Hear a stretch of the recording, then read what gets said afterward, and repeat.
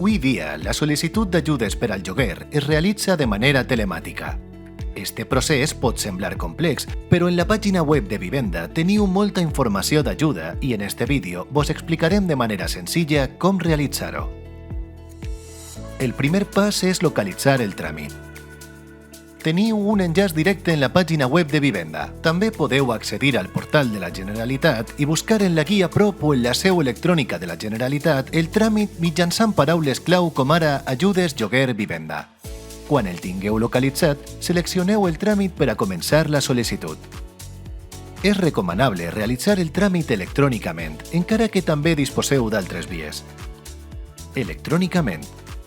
Per a fer-ho, necessitareu clave permanent o certificat DNI electrònic. Si no disposeu d'algun d'estos mitjans, els podeu obtindre de manera senzilla a través d'una d'estes vies. També teniu l'opció d'estar assistits pel personal funcionari habilitat en els servicis territorials de vivenda o en algun dels registres previstos en la Llei 39/2015. Si no disposeu de certificat digital ni clave, podreu realitzar el tràmit presencialment. En este cas, cal omplir el formulari i imprimir el justificant generat automàticament que constituirà l'imprès de sol·licitud. Una vegada firmat, juntament amb la documentació exigida en esta ajuda, s'ha de presentar en les seus provincials dels servicis territorials de vivenda o algun dels registres previstos en la Llei 39/2015. Si no ho presenteu en cap registre, el formulari no tindrà validesa. El tràmit electrònic consta de 3 apartats principals: omplir els formularis, adjuntar la documentació i registrar. Cal tindre en compte que haureu d'aportar informació i documentació obligatòria, per la qual cosa recomanem que vos assegureu de tindre-ho tot abans de començar. És imprescindible tindre el contracte d'arrendament i els rebuts dels pagaments que s'hagin realitzat des de gener fins a la data de sol·licitud. Podeu veure els requisits de documentació més detallats en l'enllaç següent. Durant els formularis, haureu d'aportar informació personal i de la vivenda sobre la qual se sol·licita l'ajuda. En cas que sigueu nou perceptor o de voler donar d'alta un nou compte bancari, podeu realitzar el tràmit telemàtic proper o aportar el model de domiciliació bancària. Una vegada ompliu tots els formularis, per a poder continuar, haureu d'accedir a l'apartat Consulta de dades per l'administració i o circumstàncies d'especial atenció. Així, haureu d'indicar si vos trobeu en alguna de les circumstàncies especials arreplegades en el llistat.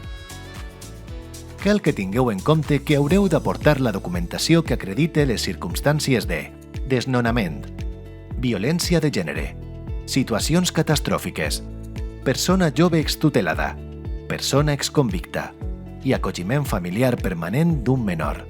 Si no s'aporta la documentació, no es tindran en compte aquestes circumstàncies. Per a la resta dels casos, podreu autoritzar que es consulten directament les vostres dades i evitar aportar més documentació. Una vegada omplits els formularis, és molt important adjuntar els documents en les caselles corresponents. Pujar diversos documents en un únic arxiu comprimit i no en el lloc que els correspon retarda la tramitació de la vostra sol·licitud. Els arxius que no corresponguen a cap categoria s'hauran d'adjuntar en altres. Després de pujar la documentació requerida, podreu continuar i realitzar els últims passos del procés. En l'apartat Registrar, se vos sol·licitarà una firma electrònica. Haureu de firmar a través de la plataforma Fire, mitjançant certificat local o clau firma. Una vegada firmada, queda registrada la sol·licitud i apareixerà en la vostra carpeta ciutadana. Si voleu, podreu descarregar el detall del justificant de presentació que prova el registre de la sol·licitud. El registre és clau per a la realització de la sol·licitud. Si no queda registrada, no constarà com a presentada. Assegureu-vos de comprovar totes les dades i tota la informació que es presentarà abans de registrar i firmar, ja que no hi haurà possibilitat de fer canvis. En el cas d'haver optat per la tramitació telemàtica o per l'assistència per personal funcionari habilitat per la tramitació telemàtica amb la sol·licitud registrada i guardada en el sistema, quedaria finalitzat el procés de tramitació d'ajudes al lloguer. En els dos casos podreu consultar la sol·licitud presentada en la vostra carpeta ciutadana. Si heu optat per l'opció de la presentació de la documentació presencial sense assistència per personal funcionari habilitat, preregistre i cita prèvia, haureu de presentar esta documentació en qualsevol dels registres previstos en la Llei 39/2015. Finalment, si teniu problemes amb la sol·licitud, hi ha la possibilitat de rebre assistència presencial a la presentació del tràmit en les oficines d'assistència en matèria de registre.